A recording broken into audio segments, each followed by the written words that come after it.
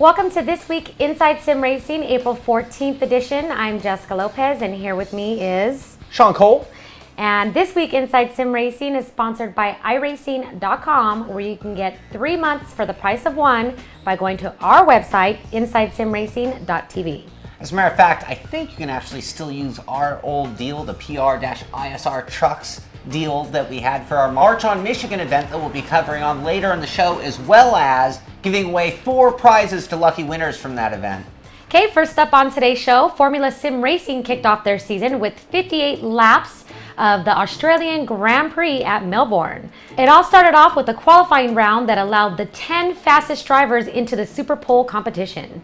After all drivers had churned their laps, it was Morgan Morand of the ATR management team, sponsored by none other than us, Inside Sim Racing. How about that? What a great way to start off our sponsorship. Right? Well, with the green flag dropping, Morand went right out to a huge lead over second, third, and fourth place drivers that were all fighting for position. Stoffel Van Dorn of AT Racing was in second place, with defending champ Bono Hui all over him in third place. The battle continued on for 10 laps as Hui would try to pass inside and outside at every corner.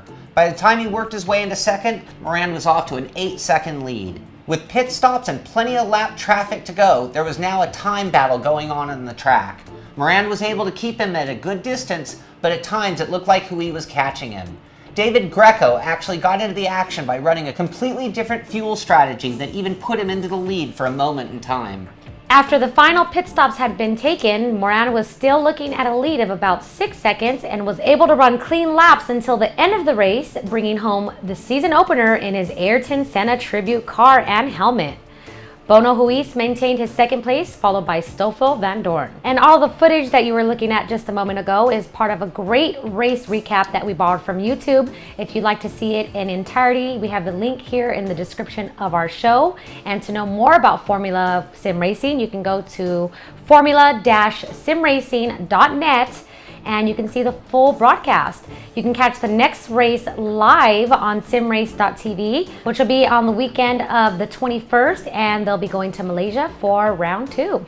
Very cool. And while we're still on the subject of FSR, we got to throw another shout out to a team that is running in the FSR World Trophy Division. This is their second year running, and this is their second year running our logos as well. And they have 2 teams with multiple drivers. To check them out, you can go to nightracing.tripod.com, and we also have a link to that website here in the description of our show. And that's night, like night in shining armor, right? Yes, not like day and night. Okay, just to be clear. All right, well, next up we have this button box. It is the Track Boss by Derek Spear Designs. Derek Spears, yep, and we actually reviewed this before on the show. Darren has one back there on his rig. A couple differences. This is the Track Boss Champion, and you can tell it's the Champion because it's in the stainless steel variation. There's also the Track Boss, which comes in the plastic box like Darren's that we saw, and his is actually the Race King, I believe. And that kind of shows you that Derek Spear has a lot of different models. So what is the main difference between the King and the Champion? Okay, well, like I mentioned, other than the stainless steel. Made it kind of easy to mount because it is made of metal. And the other is that the most immediate difference is that it's a different layout. So Darren sat this way, and this one actually sits this way. So it's kind of a personal preference. Difference in layout also, like there are 2 protected switches on this one. Darren had 5, but I have all these colored, I'm sorry, he actually had 4, not 5. Make sure I don't make a mistake like that. Anyway, and then this one has the colored buttons, which some people prefer that. And again, a lot of different models he has. I like this one a ton. It's obviously coming right off of my rig.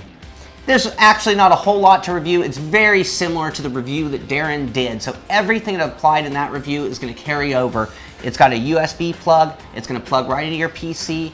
It's only going to work on your PC. And then you just start mapping these buttons. So you can see I kind of started labeling mine. Yeah, we got seat and we got chat and spot. So I can move my seat up and down, forward and back. I can move the volume of my spotter or the chat in the room volume up and down. My pit limiter, I got my ignition, I got these covered because I don't want to hit them by accident. That's very cool. And I'm still kind of getting to mapping all the other ones, but we have some footage of me driving it fully in action. All right, so what would be one of the main reasons for somebody to want to purchase this? That's a good question. A lot of the things you're going to want while sim racing, you can map to buttons in your wheel. In my case, I might not have a lot of buttons, or I don't want a button like the pit limiter on my wheel where I might accidentally hit it. This is something I want to be very careful to not hit by accident, or if you were doing brake bias. So you can map all sorts of different functions. It obviously gives you that many more buttons to map, and you will not be using a keyboard. That's the other nice thing, is when using these, like, sure, your keyboard can be mapped to do all these, but it's kind of hard for me to remember or see what button does what. Whereas I know green button, you know, could be pit limiter, and it could be that easy. All right, well, why don't we find out how much, or tell everyone out there how much this box is. This box is actually $295, and that is shipped anywhere in the anywhere in the world, actually. Which, I mean, this is a lovely box, but the price seems a little kind of steep. Well, in my opinion, but we did mention the stainless steel box. You can get the plastic box version for $99.75. So as you can see, there are a lot of different options with Derek Spears, different price points depending on what you want out of it. And speaking of Derek Spear, I actually have a sequential shifter that we got from him that we're going to be doing a review on real soon. This is very cool. Yeah, it's a nice, heavy, resistant shifter that we'll tell you all about in an upcoming show. All right, well, anyone interested in any of these products, you can head on over to DerekSpearDesigns.com. And speaking of this kind of box, I thought you guys were going to be making one. That's right. Well, okay, so like these are great products, and anybody who just wants to be able to buy something and plug it and play, great.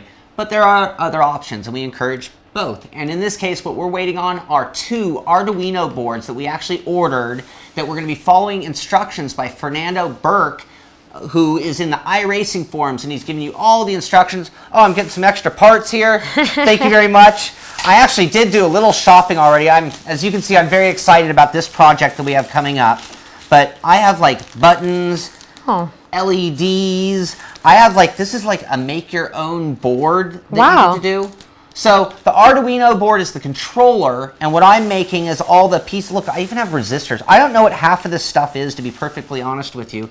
But like I mentioned, we're going to find out, right? There's a good thread in the iRacing forums by Fernando Burke, and it tells you how to do all of this. And as soon as we get those Arduino boards, that's going to be my next in my overalls. Yeah, I'm ready to do it. All right, well, we all look forward to that, and that's going to wrap up the first half of the show. Stay tuned for the second half, where we'll be giving away a lifetime key to rFactor 2, which is worth about $90. Gotta love that. We'll also be giving away this box, wherever it went. Who took our box away? We're giving away the Derek Spears Champion box. We have Sim Rig of the Week and much, much more when we return. Take your hobby to the next level with a quality racing rig that works great with a PS3, Xbox 360, and a PC. GT Omega Racing Simulator is compatible with a wide range of steering wheels, including Logitech, Fanatec, Thrustmaster, and more. The GT Omega is available now worldwide by going to www.gtomegaracing.com.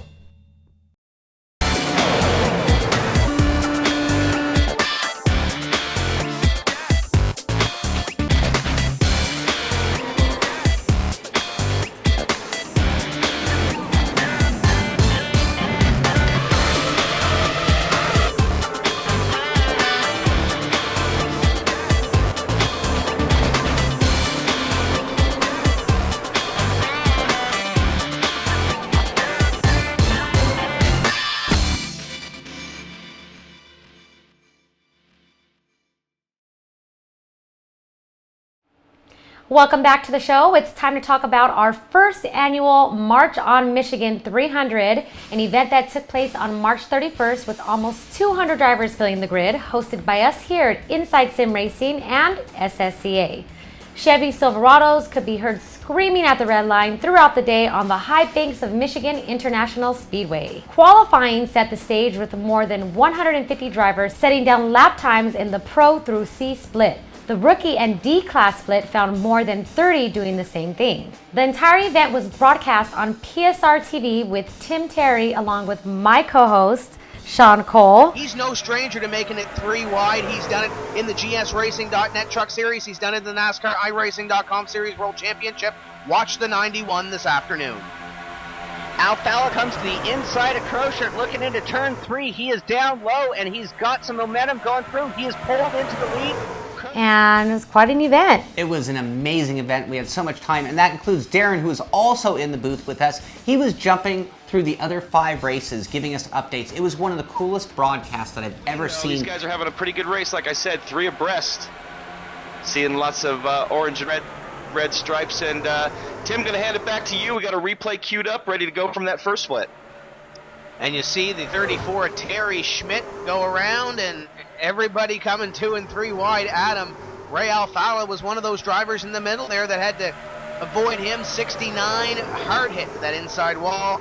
And I would say his day is likely done for Kevin Parrish. And to make it even better, you had some of the biggest names in sim racing show up for the event. So you had world championship drivers like Ray Alfala, Byron Daly. You had guys from the roadside, Simon Crochard. You had a bunch of big names show up. And the top split was quite a spectacle. The race started on a very long green flag run with all of the above in contention for the win. The race saw some cautions in the middle of the race, along with the leader Alfala and Daly wrinkling some fenders.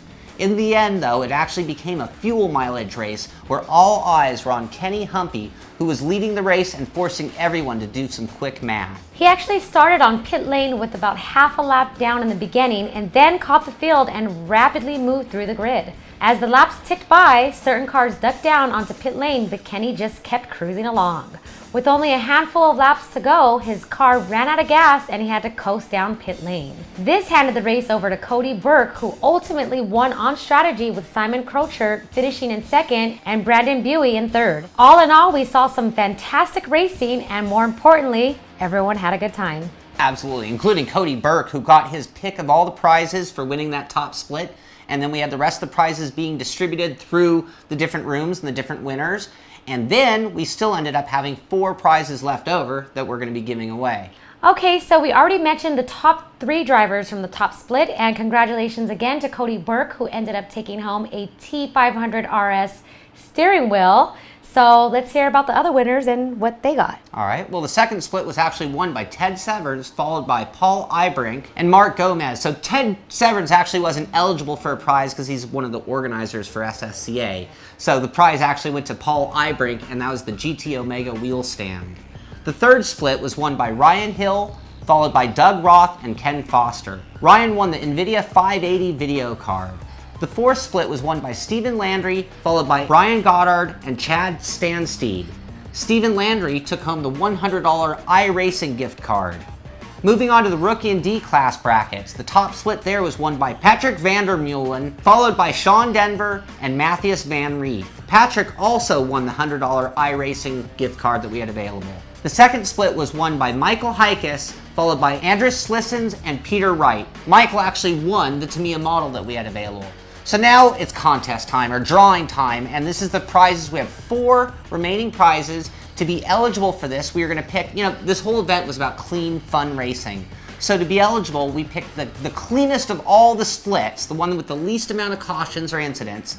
You had to be in that split, you had to finish on the lead lap, and you had to also not have any incidents to your name. And those are the people who are eligible for this prize, or these prizes. 8 total. 8 names, and we're going to have Jessica pick the names. The first prize, we're going to start off a little small. We've got the NASCAR Superstore, $100 to the NASCAR Superstore. So that's $100 worth of NASCAR stuff. Just pick a name, move Let's them around see however you want. who gets that here.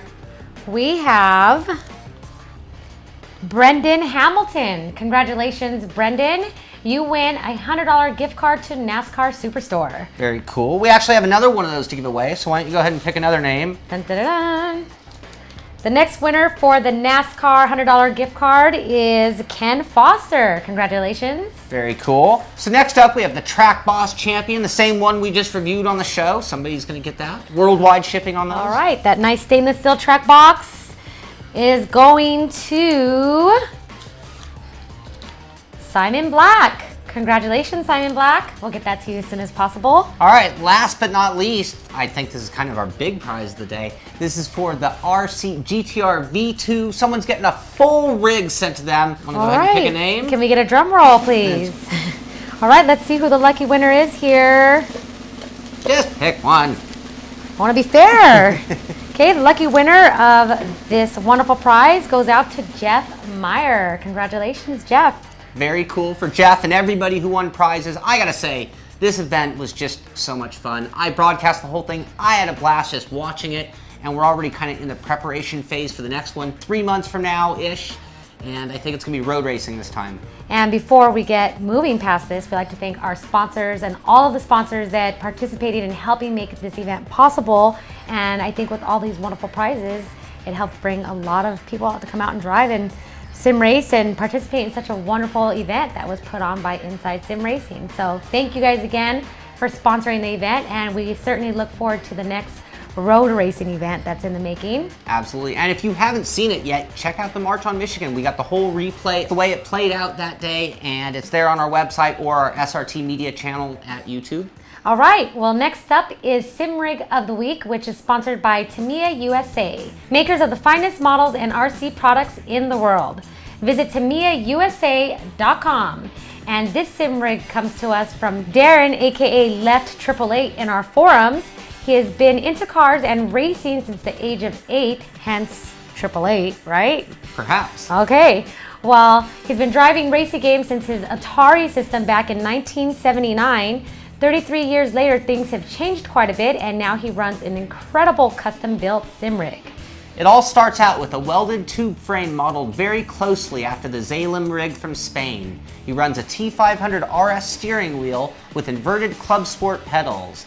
Additional controls are handled by a Derek Spear button box and sequential shifter. The visuals of his rig are quite overwhelming as well. He has 3 55-inch monitors, a 7-inch display running iSpeed, and a Sim Projects rev burner and shift light indicator. And if that isn't enough, he's also running a Dayton amp running 2 butt kickers, 2 Aura shakers in 3 different regions of the rig. That's a lot of shaking going on. That is a lot of shaking and a very cool rig. Easily one of my all-time favorites that we've shown. All right, well, thank you, Left 888, for sharing that rig with us. We sure appreciate it, and we'll get you your bumper sticker as soon as we can. And that's going to lead us to the next topic of the show, which is you and Darren catching up with the Sim Factory guys. It's been a long time since we caught up with those guys, and it's probably overdue, and that's because they have some big changes coming up. So we got in, talked to them, got to check it out ourselves, and Darren and I actually kind of did that as a solo piece. All right, well, let's hear about some of the changes coming up. Welcome to a portion of the show on This Week Inside Sim Racing that we're going to focus on titles that are in development. Because a lot of people are saying, why aren't you guys covering ARCA, R-Factor 2, Project Cars, stuff like that? It's because they're not done yet. Right. So we're going to take one title per show, and we're not going to go in depth, but we're going to tell you what's going on with them, show you some footage of us driving it in this case.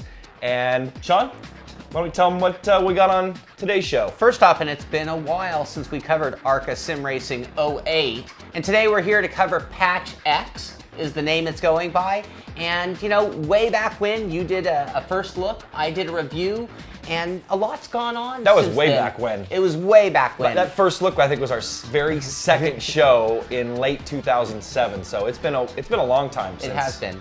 And they've made a lot of changes, and currently they're getting ready to release this Patch X with a whole new slew of changes, and we've got a chance to get in and kind of test it out a little bit. Yep, Robert Coulter, the lead producer over at the Sim Factory, invited us behind the scenes. We got to download Project X, which is basically the truck pack, and the enhancements that they've been making to some of the tracks, some of the graphics. We've been driving the trucks. Matter of fact, we got my Inside Sim Racing number 11 that they painted for us. Sean's number 39 is in the game too. So yeah, we've got to go behind the scenes. We've been got to do some testing with the guys from the Sim Factory. Went on track with them. And right off the bat, I mean, the biggest change, like you mentioned, is the truck. So, I mean, when I look at ARCA, and this is one of these sims that is built around a specific series, this is kind of opening it up to a whole new feel compared to the old ARCA car model. Yeah, and the trucks are a lot different. I mean, it is a NASCAR-styled car, or truck in this case, but it's the Chevy Silverado, very similar to what iRacing's running, and it's the current 2011/2012 model. So besides the trucks, they're also making upgrades to just everything in general in ARCA Sim Racing, kind of bringing it to 2011-2012 standards. Starting with a complete physics redevelopment with the 2011 and 12 data like we mentioned. completely redeveloped tire coating for better race protocols and proper pressure ranges. In addition to that, on the graphic side of things, new shader level system for both ARCA and the Silverado truck. It enhances reflections and the shine. Which, those reflections are looking really cool. Like, you were driving earlier today and you were right behind a truck and we were able to see the reflections of the track in the back of the truck. Reflections in the grandstands. Kansas looks beautiful. I just drove Kansas today and the updates and upgrades they've made to that are looking really nice. Absolutely. Like they said, 2011, 2012 standards for the most part. Completely rebranding and miscellaneous retexturing at all the tracks. They've completely rebuilt Nashville. There's pavement, specular, and texture updates at Iowa, Daytona, Michigan, and Pocono. Pavement, specular, press box, and texture updates at Kansas. Resurfacing of Rockingham. New track loading screens and minor UI enhancements. They're working on bug fixes for on-track rulings. And then they got a whole bunch of other miscellaneous bug fixes as well they're kind of working on. Yep, new spotter and crew chief calls, national anthems, which that's pretty cool. Yeah. I guess they're gonna, in multiplayer, I asked Bob, you have to be in a multiplayer, because we tried to get it to go off in single player and it didn't. But in multiplayer races, get to the national anthem before the race goes off, which is kind of cool. It gives you more of an authentic race atmosphere feel. And new sounds that were recorded for the ARCA and for the truck, obviously. Sure. And then something that's really cool that I think ARCA's been needing for a long time, modding is going to be coming. Yeah, and this is something where there's so much content out there. Will it be imported into it, or just new content being made? And that's going to help any sim like this out a lot. Personally, I would think, and just in my opinion, the ARCA base is, these guys have worked on the rules and a lot of the other stuff that is NASCAR / ARCA related, where I know R Factor they've had some trouble getting that to be on par with getting all the rules right and all that stuff, Lucky Dog and stuff like that. So, maybe some of the guys that have all these great mods on the R Factor side will port those over to ARCA, take advantage of their physics, their rules, and all that stuff. Absolutely. I know I would. Yeah, when it comes to R Factor-based sims, these guys are absolutely the best on the whole oval side of things. Oh, yeah, no question. I agree with that 100%. So that's like their press release stuff, basically. Stuff that's all listed as the stuff that they're working on. And now a little bit of opinion. Again, they're still in the beta phases of this patch X. It's definitely not finalized. As a matter of fact, I gave some opinion myself, and as a matter of fact, talked to Bob about getting Real Feel implemented, and they're going to work on getting that as a plugin that just comes with the patch, because it definitely made a huge difference in the way it felt running the T500. Yeah, absolutely. So physics, on par with what ARCA's always been about. Great physics engine. And the trucks feel cool. I learned some things about the trucks that, I guess these guys flat foot these things at a lot of these 1.5 mile and above tracks, at least while the tires are getting warm. And, it's really interesting how they've got that modeled. Aero model on these things is amazing. It's amazing. I remember we were running with them, and I could actually tell when I was behind somebody or if somebody was behind me by the way the truck was handling, and that all came down to aerodynamics. Completely different when I was all alone, and that's great. And it just made it for some great racing, too, because you really had to work with the crowd you were in. Yep. Force feedback, like I mentioned, some of the guys that in testing, I talked to Bob, and they said that it felt better. The stock force feedback felt better. And basically what it is, it's kind of a canned R Factor force feedback effect that has some good center spring effect. Now, throw in Real Feel, and you really start feeling that good physics tire data coming through the wheel as the car transitions onto the from the apron onto the banking. And you get that whole you feel that coming. And I know, stock cars are supposed to have power steering and you're not supposed to feel much through the wheel, but stock cars also have a lot of seat of the pants feel that we're not getting at this, in our chassis here. So we get seat of the hands feel. Seat of the hands feel, exactly. And it's essential in sim racing for me, at least. Even on the oval side, I want to feel the bumps. Like there's a bump going into turn 3 at Rockingham, and I was telling Bob about it. I said, man, that bump into turn 3, he's like, you can feel it? And I said, yeah. With Real Feel, I can. I definitely had the tire, more of a tire sensation in there. So you had also mentioned the center spring, and I really like the effect when I'm coming out of the corner of the way. I could almost just kind of let go of the wheel, and it kind of just rolled out real nicely, all by feeling and that center spring. Very cool. Yeah, definitely. Graphics. gotta say, when we first booted up ARCA, I was like, oh man, this engine is dated. And then Bob told me, he's like, man, how are you setting up your video card? We're running NVIDIA video cards, and basically was just running default settings for the most part, and then tweaking stuff in ARCA. And these settings will apply to any ISI newer engine game stock car, R Factor, and ARCA. And I'm going to show you an image of my control panel settings, but I got to tell you, turn the graphics into 2011 quality for the most part. I mean, it's still DX9. We're not at DX10 or what are they at 11 now? I don't even know. Yeah, but, some things. But still looks great, for a pre-2008 game engine. Definitely. I was, honestly, I was so overwhelmed by certain things in the game that the graphics weren't the first thing that struck me anyway. It was more the sounds and the physics. So the graphics were definitely good, and the interior was really well done too. So I mean, I had that good feel of being in the truck. And that I mentioned it already. So sound. This is like Hollywood did the sounds for him. I mean, it's like being in Days of Thunder, the game, and I don't mean a gamey way. Just it's so intense. I mean, the cars, just the engine, the slamming the wall. It looks like right rear's going down. We need to bring it in.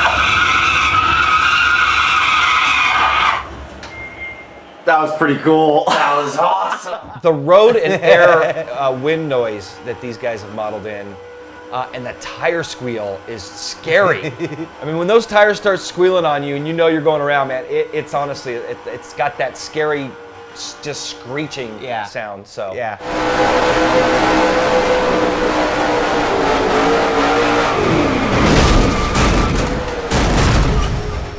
So anyway, it may sound like we're just pumping it up, and but bottom line is they've done some great work on it. Yeah, were some bugs that they're still working on, but these guys are hard at work. They've been working practically daily, as far as I know. I mean, every time I go on there, they've got servers running behind the scenes, and we've done some testing. I know they're going to start some big, heavy load racing coming up soon, so we're going to be doing that. Looking forward to seeing what those guys come out with very soon, and don't have a date yet. Right. They still up in the air. They want to get it all done as close to what they feel is done as possible. They don't want to release it with a bunch of patches after Patch X. So, right. A lot of work still to do, but they're getting close. So one thing I'm wondering in all this is, if I own ARCA, is this new? Is this a new release? Free. This is all free. So Patch X is going to be completely free update to all owners of current ARCA Sim Racing. So. And that includes the truck. Yeah, truck's going to be free too. Just make sure I'm clear. You know what? I'm really interested to see what they do, what the modding community is going to do on that end. So yeah, as soon as we hear more, we'll let you guys know. But that's what we've got for now on ARCA Sim Racing Patch X.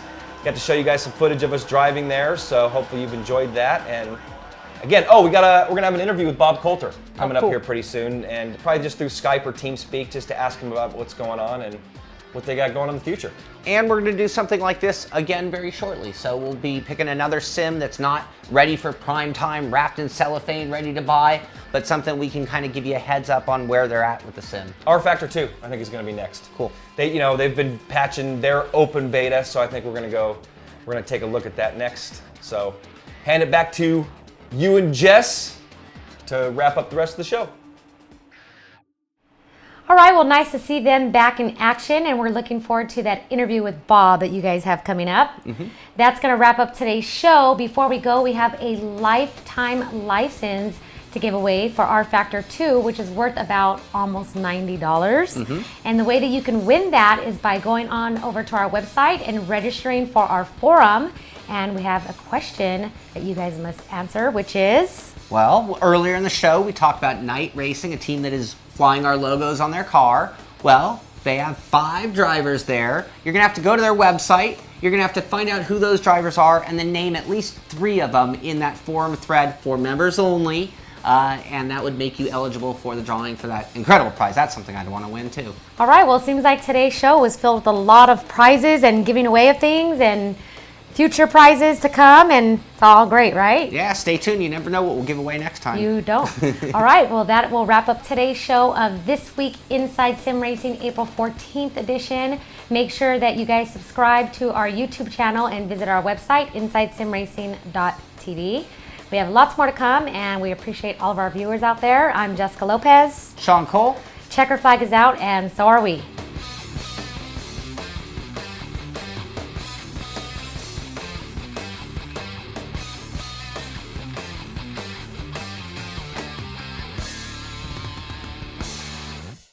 For our march on Michigan.